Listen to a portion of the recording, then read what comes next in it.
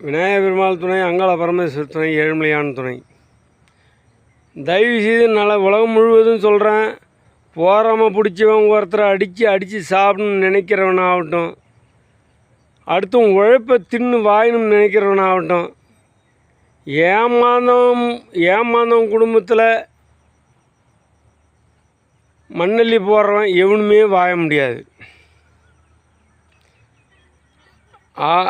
மண்ணும் பொண்ணும் ஒன்றுன்னா நீ கோடி கோடியாக சம்பாதிச்சாலும் திருப்பி மண்ணில் தானே மறையணும்.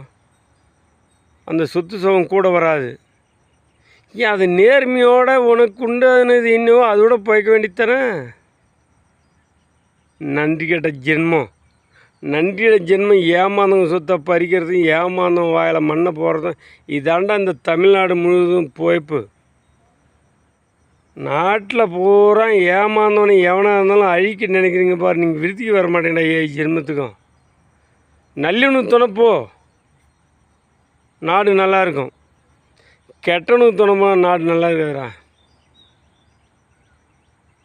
1000 பண்ணி இருந்தாலும் அவன் சொத்து அவனுக்கு சேரணும். நம்ம ஒண்டியாக ஆண்டு பிடிங்கின்னு போகணும்னு நினைக்கூடாது. பொட்டச்சி ஆகட்டும் ஆம்பளை ஆகட்டும், பொட்டை தேவடியாக வந்து பூராத்தையும் பறிச்சுக்கிட்டு நாமளே ஆடுன்னு நினச்சி ஆண்டா அது நீடிக்குமா?